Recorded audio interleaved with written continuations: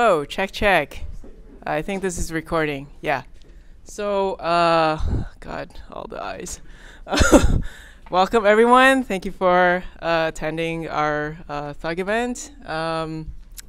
We have a presentation by George, who's gonna start shortly.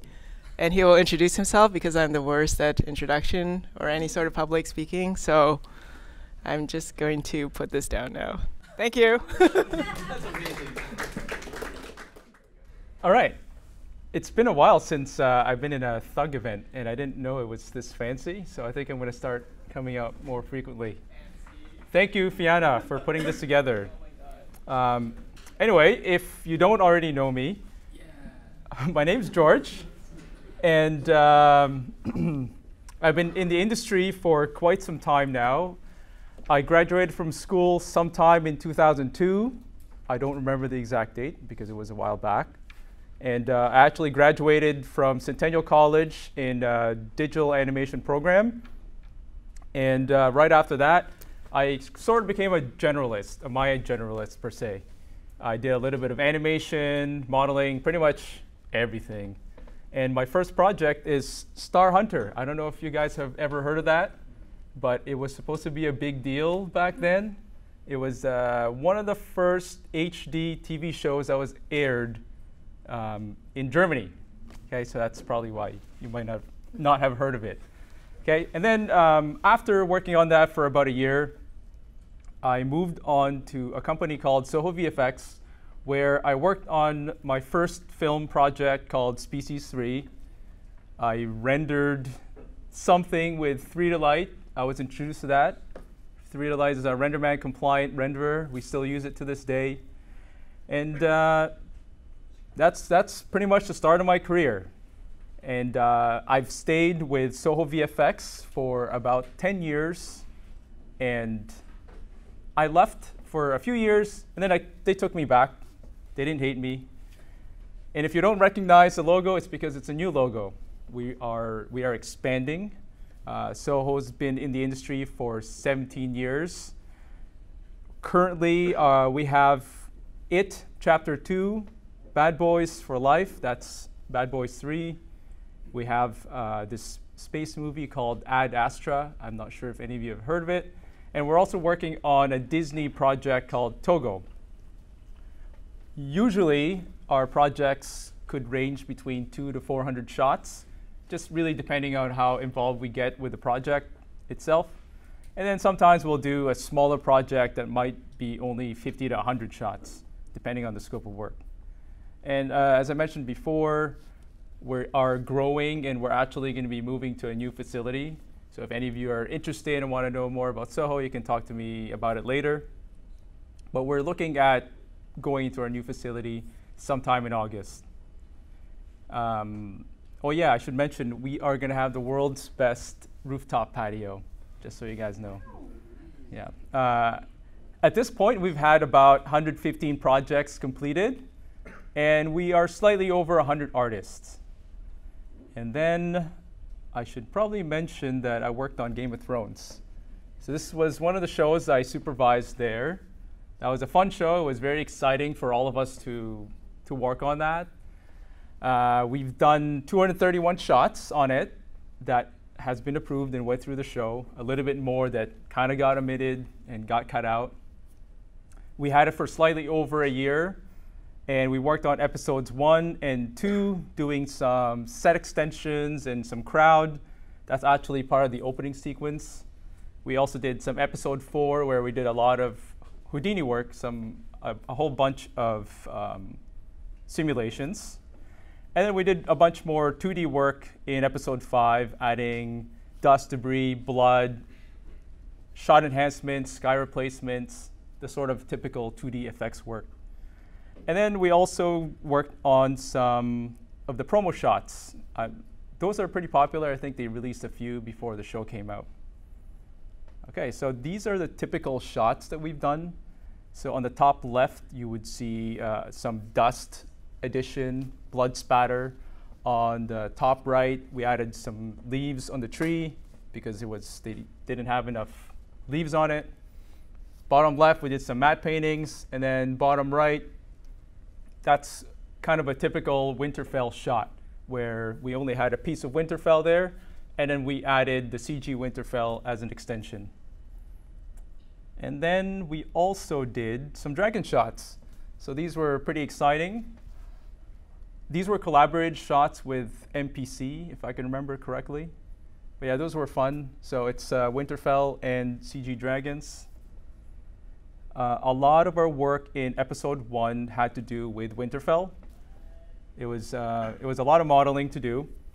When we first got Winterfell, we only got a small piece of the castle. They only had the front gate, the back gate, in a few of these towers.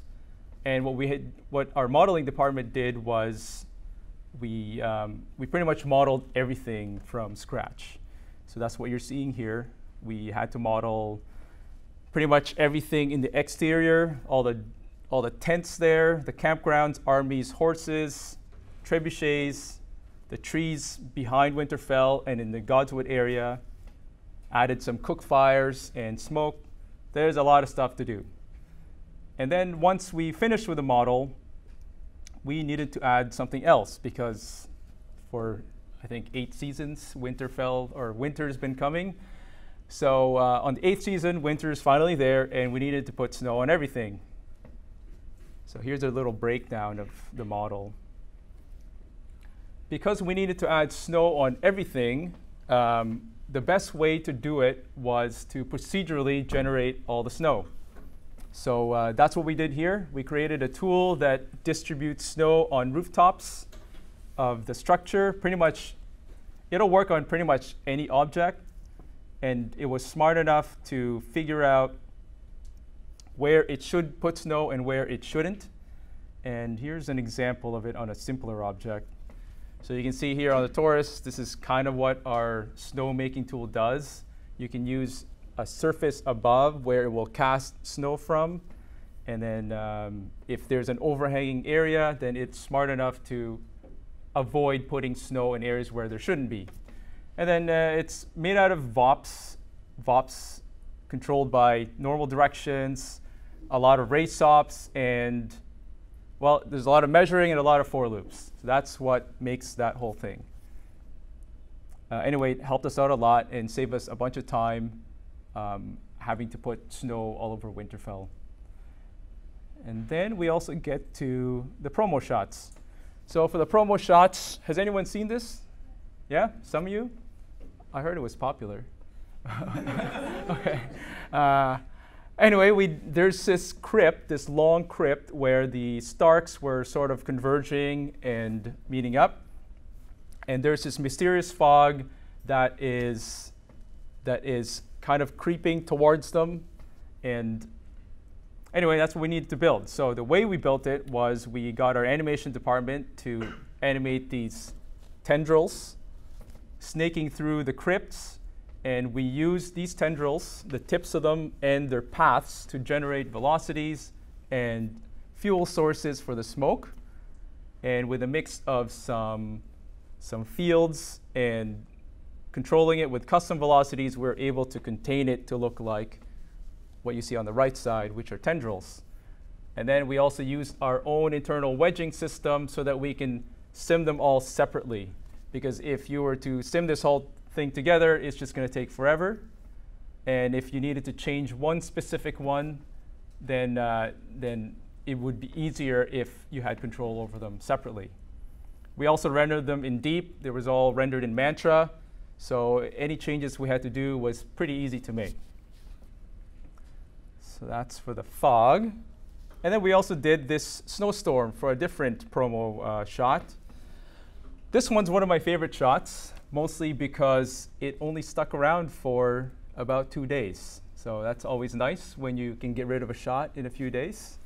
In this one, we took some matte painting. We took a matte painting and we added it to Jon Snow's sword.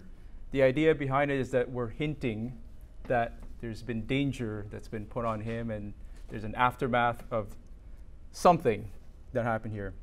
Anyway, the CG work here is we had a bunch of snow blowing, CG snow blowing out and revealing the sword. and it's kind of getting sucked into the tunnel. It was a mix of particles and smoke that's getting vacuumed out. And we actually released a few versions of this. So the version you might have seen online would not have the Night King out there. Do you guys see him? Maybe, some of them? So they were kind of trying to play with the fans. So they're kind of hinting here that, hey, maybe something happened to the Starks. That was that one. And then there's episode 4. So if you watch the season, in episode 3, there was this gigantic battle where a bunch of people died. And in episode 4, they needed to get rid of all those bodies and burn them. So what they did was they took all the bodies and they created these pyres. The pyres are these log platforms with straw stuffed in between them, and the bodies are nicely stacked around them. There's different kinds of pyres. There's pyres for Dothraki, Unsullied, Wildlings, the Stark Army, and some of them are actually mixed up. So this was what we needed to match to. We did get LiDAR from production. This is a mid-res LiDAR. We got high-res LiDARs that we matched up to as well. At the time when we first got these, we didn't know what the shots were going to look like. So what we did was we just modeled it to as high as possible. Oops, just give me a second. This thing fell off. Okay, yeah. So we modeled the LiDAR or the pyres as high as possible, and then we got reference that looked like this. This is from one of the plates. The flat pyres are the ones at the top, and the stacked pyres are the ones at the bottom. There was only 6 that was ever on set, and we pretty much needed to recreate the rest. And in this sequence, there was actually a 10 by 12 grid of all these pyres, making 120 different pyres. So you can imagine that that's a lot of geometry. What you see on the left side here is just an example of what we made. That's our mid-res pyres. And then on the right side with the colored boxes, this is how we sort of dealt with keeping things a little bit organized and efficient. So the very first row at the very top, those are the flat pyres, and the rest are all the stacked pyres. And we color-coded them. The black ones are the ones that you'll never see in a shot. The teal ones are the ones you see in one of the big open shots. The red ones are the ones that's already on the plate. And then the green ones and blue ones are some that you see in different shots. And this is what I mean. So on the left side, you can kind of see that over here, we only needed to load a certain amount of pyres, but on the one on the right, we pretty much had to load everything. And loading these assets in Houdini could take a while, so that's kind of where we ran into trouble, a little bit of trouble. So once all this stuff was already modeled and all the dead bodies were put in place, we needed to generate some straw. The straw in between the pyres. And this was generated in Houdini. And actually, one of our FXTDs, Jeffy, who's here today, he came up with a solution to fill the pyres with all the straw.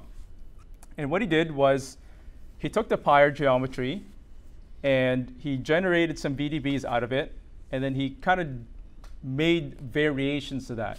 So you can see a regular VDB conversion in the middle, and then a slightly fatter one on the right side. And he created a couple variations of that for collision objects. And then what he actually did was he simulated particles. Whoops. Let's go back.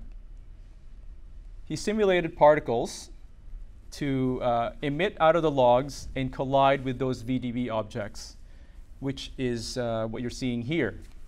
And the amount you're seeing here is only 1% of what we actually used, because when I tried making a visual thing out of that, it just all turned into black and there was nothing to see. So this is what it looks like. We used the trail saw to kind of make lines, and then we used a bunch of VOP nodes to add noise to it to make it look a little bit frizzier and curlier. Okay, so that went through a couple iterations, and that's what this looks like. So you can kind of see that it looks fairly rough on the first version, and we start adding length. We start kind of making a bit curlier. Then eventually we added collision objects for the dead bodies, and a bunch of adjustments were made, a bunch of optimizations were made. But having the procedural setup really helped us out with controlling the quantity, length, and frizziness, and it turned out pretty good in the end. This is what they look like once they were done. There's a stacked pyre and flat pyre. I should also mention at this point that it got pretty dense with all the straw that's been generated. So the peak mesh density for a hero pyre with all the dead bodies and all the straw ended up being about 62 million polygons, which was quite a lot of geometry. Okay, so I'm going to circle back to these pyres in a bit. But in the meantime, I'm going to talk about some of the fire and smoke we got. So the main thing was to generate these fire and smoke simulations from the pyres. Production did attempt to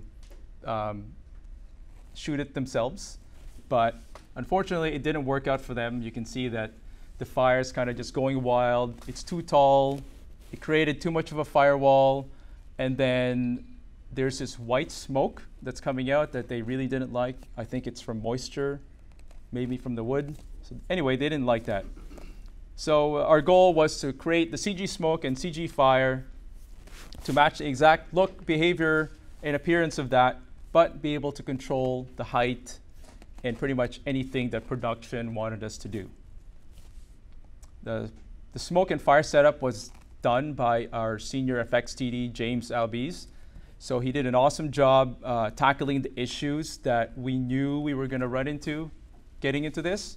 And he also did an awesome job tackling the unexpected issues that we ran into, which, you know, it tends to happen a little bit.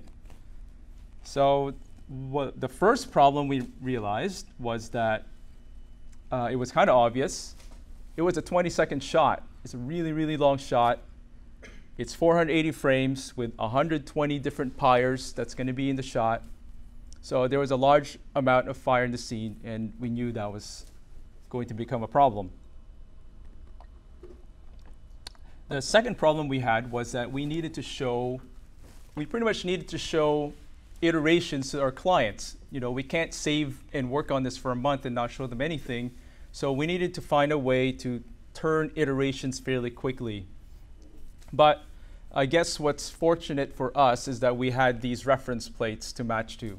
So that sort of helped us out a lot. So now circling back to the pyre, when James was working on this was the unexpected problems. But I mean, who knows? When do we ever have unexpected problems for VFX, right? Never. So anyway, James ran into this problem of the mid-res pyre being 25 million polygons. So 25 million polygons times 120 doesn't like to load in Houdini. It's not good. And just to give you an example, this is what our network looks like, our Houdini network. It's not all geometry, but the left side is mostly for rendering, but the right side are all the grouped assets that we would load. And I think most studios kind of have a Alembic workflow where if you're working with Maya and Houdini, you would generate your whatever asset it is you're using, and then you would bring it in as an Alembic file of some sort into Houdini. So that's what you're seeing on the right side. So what we did in order to get around this was we needed to sort of abandon that whole Houdini workflow. And that's what we did here. So what you're seeing on the left side are the original Houdini, the original Alembic files. And what it does is it feeds into this Pyre setup that would distribute it where it belongs in the grid in our scene. So instead of loading all the geometry, what we did was in Maya's end, we attached we attach descriptions and coordinates to every single asset so that we know that where each dead body and each pyre belongs in the rotation and placement. We knew where all that stuff would belong in 3D space. And instead of having to load all these different kinds of geometry, we ended up using only a few, and that would minimize any load times that we had. And since everything was always changing during production, we were making adjustments to the models, we were making changes to the layout of things on different shots. It made it really, really easy for us to update our models. And when James when he needed to recache his collision objects with this stuff, it was just as simple as recaching it and updating his sims. So that worked out quite well. Saved us a bunch of time. Another little trick we did was a bit of caching trickery. So for each unique pyre that we had, we ended up doing some wedges with our wedging system. We actually did 5 different variations for each pyre, and we cached out extra frames, about 300 extra frames for each pyre, so that we had all these different variations, and we made adjustments to the sims so that they're not all exactly the same. And then we did some sort of distribution into the different fires that we had so that you can't tell that they're exactly the same. So then at the end of this, we kind of got away with distributing this into different areas, and you can't really tell that they're coming from the same thing. Anyway, that saved us a lot of time as well, and it made it easier for us to update anything. And then lastly, for the fire stuff, we also generated some low-res VDB Fire. So this was a good trick into sending some sort of geometry to our lighting department to allow them to illuminate everything that is on the ground and the surrounding area of the pyres. So it was good for that. Oh, there's one more thing here. The most important thing for getting the fire to look right was getting the emitter to work out.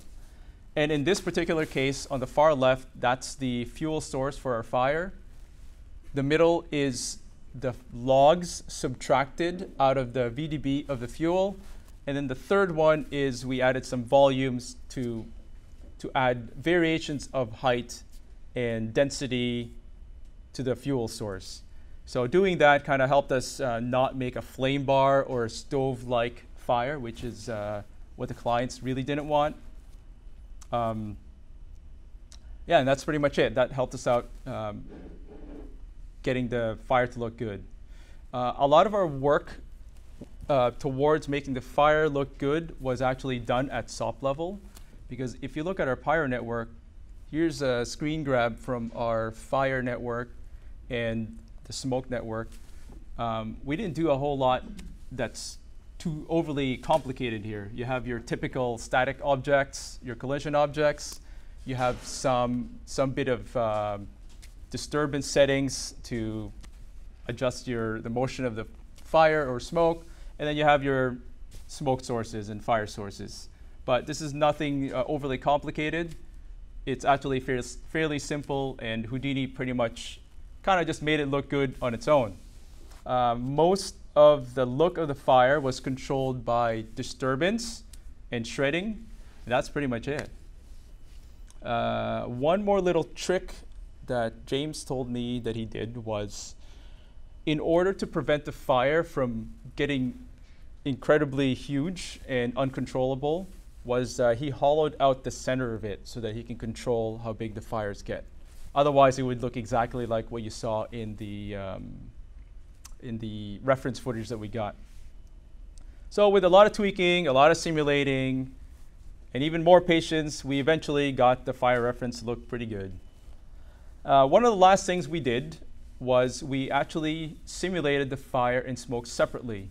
Because if you guys have done much simulations in Houdini, these two kind of go together. But we did them separately so that we can adjust the fire and the smoke independently and sim them separately and also render them separately. So that also helped us save a bunch of time. Here's a little breakdown of the fire. You can kind of see all those different elements that I've been talking about in here. And just some tidbits of information. Between the fire and smoke, it was a lot easier to set up the smoke, but it took a lot longer to render. The fire took about 14 hours to sim, and the smoke took about 4 hours for the smoke to sim.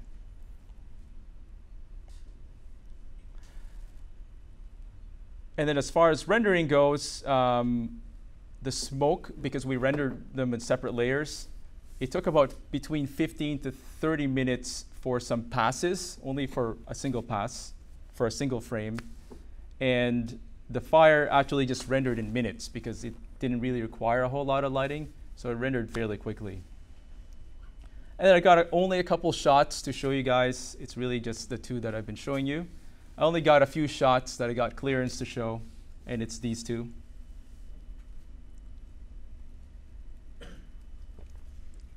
So that pretty much sums up everything I'm going to show.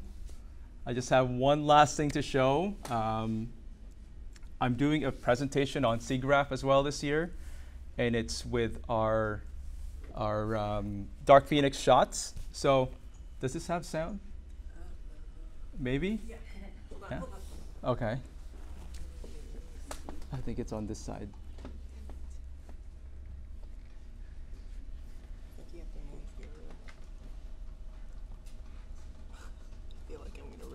No, I can move this. We're almost there.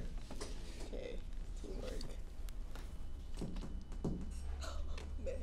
Okay, so it's a short little teaser trailer I put together. I'm going to talk about some of the stuff we did in Siggraph. Some of the awesome stuff we did with Dark Pheonix. And play. And it's not going to play. Okay, give me a second.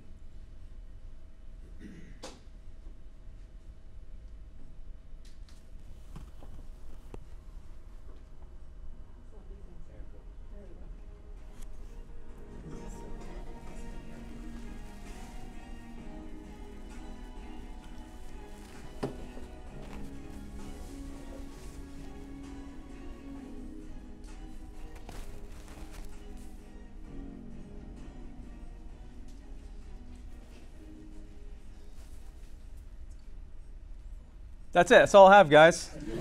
Thanks so much.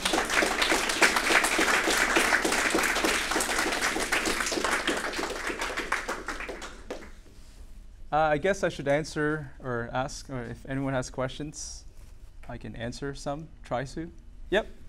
Yeah, so when you were showing us the peek behind the curtain there, or the dot nets that controlled your flames and your smoke, it looked like that the solver that controlled the fire had been unlocked.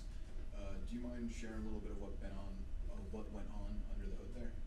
I couldn't tell you the exact same detail because I didn't sim these.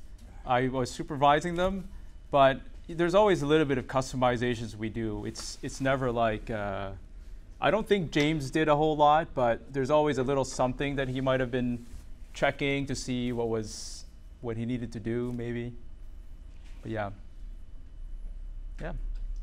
So I couldn't, I don't have specific answers for that. Anyone else? Yeah? No? Yeah? You said that was that last pyro shot. It took 14 hours for the fire, right? To sim out? Yeah. Over how many nodes? Well, we don't do distributed sims at Soho, so it was only on one machine. So on our farm, it wouldn't lock up your workstation because that's what we always do. We tend to do wedges, so you saw there's a bunch of different fire sources. So you would just take one fire source and then you will wedge that on one machine. So then your 30 different machines we had would all each sim something for 14 hours. So then you'll go home, come back the next day, and then your sim would hopefully be there. All right. In the back? Just curious about the straw Yep. setup. Was that a simulation? And if so, what? It was, well, the guy is here to answer. But anyway, I believe it started from a particle simulation that would kind of rain down on the area there, and a mix of VOPs and noises applied to the finished product after trailing it. You kind of get all these curves, and then you mesh it afterwards, and yeah, you kind of end up with that. Yeah. Anyone else? Sorry, same Yeah. topic.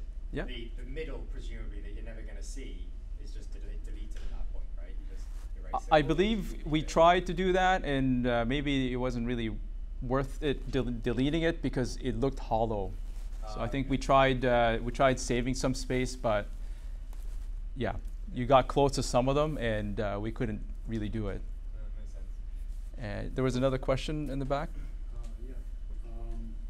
For each fire source, that's in sim, you combine them in one sim. I wasn't sure about that. Can you maybe rephrase it?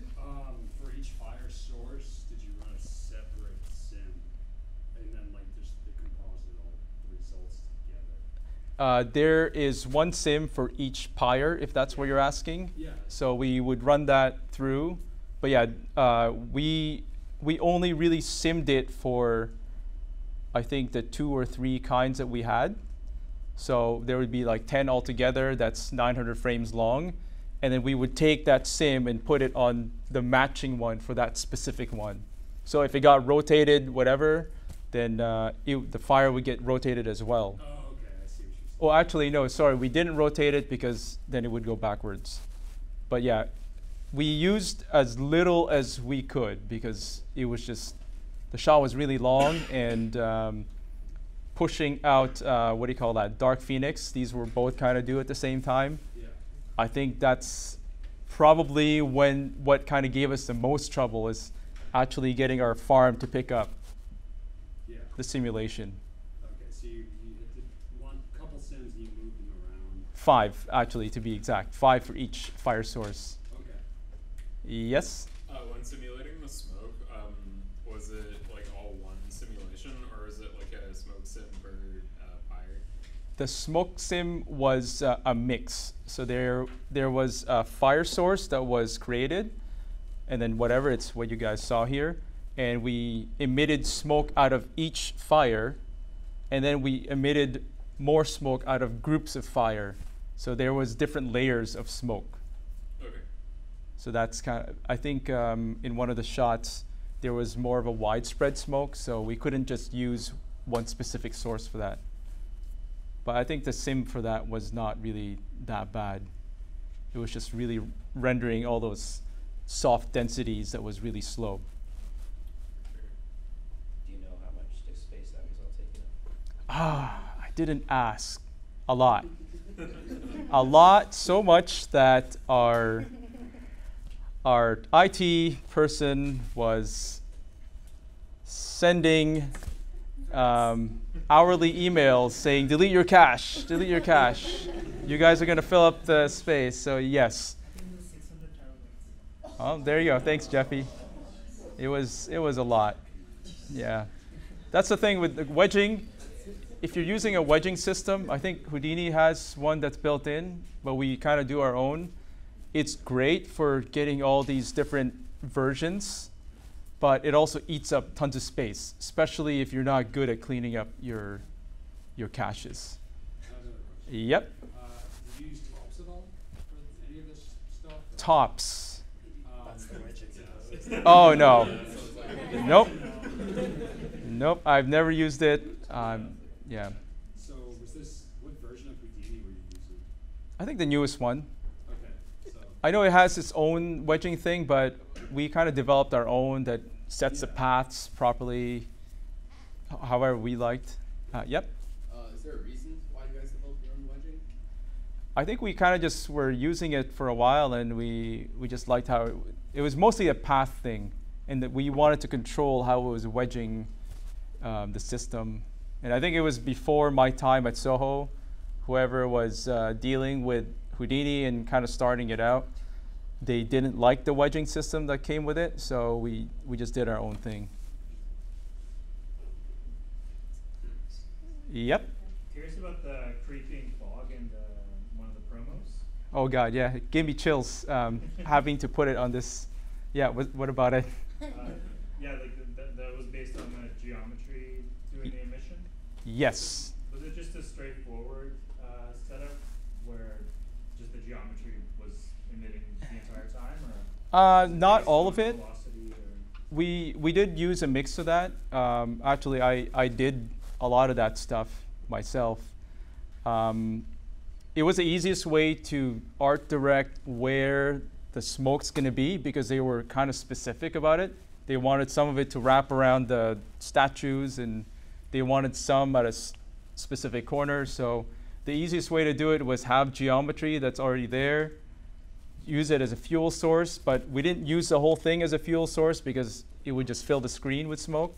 So we only used the tip. And the problem was that in order to get it to follow a trail, you needed a really long pre-roll to do that. So that was the issue with that particular sequence. I think that had maybe, I don't know, like 300 frames of pre-roll, maybe more, in order to have that path. Yeah. Yeah. Yep. Your snow tool that you guys had built, was that based on just like downwards projections and curvature, or I noticed that like some of the paths within Yeah, that's right. I forgot to mention that. I got to do the snow a little bit. It's probably slightly over-engineered for what we're doing. Yeah, so it was smart enough to, well, it had masking areas. So if you want to, you can feed areas where the snow was trampled, or in rooftops, if there's hot air, whatever, coming out of chimneys, or maybe holes in the roof or something, and there's going to be melt spots, then you can put masking areas there. And in specific areas where you want the snow to build up even more, you can put some other mask there to let it build up some more. But the main driving factor was a card that you would put on top of whatever geometry you want. It'll cast its snow and do the whatever noise swap thing it's doing, and then it runs a for loop on each object or structure. Actually, yeah, we did structures. It was based on, well, whatever. There's groupings for each tower, so it would kind of just do it one at a time. Then how do you get them to interact with each other on the whole? I mean, at a certain point, it didn't. But if one huge tower, it did the whole for loop thing there, it would interact with that. But one tower would not interact with the other tower. I don't think anyone can tell. No. Yeah, we're too far. Yeah. Any more questions? Yep. Yeah. How would the smoke interact with each other if you have your own passes? They didn't, but but no one can tell. I think initially I did do that, but the clients didn't end up liking them. So in the end, we just went with what you saw there. So it was I did it in separate layers. So some of them would interact because I actually did groupings. So the ones that are, let's say the 4 tendrils that are close to camera, those will all get simmed together. And then the next 4, so on and so forth. But yeah, they didn't care for it, so we just took it out. Yeah. Was it the same for the pyres then? The smoke's not interacting with each other in that? Some of them did. We also did groupings same way. So there is smoke that does not interact, but there are layers of smoke that did. All right, guys, I hope you liked the presentation. Thanks so much. Thank you.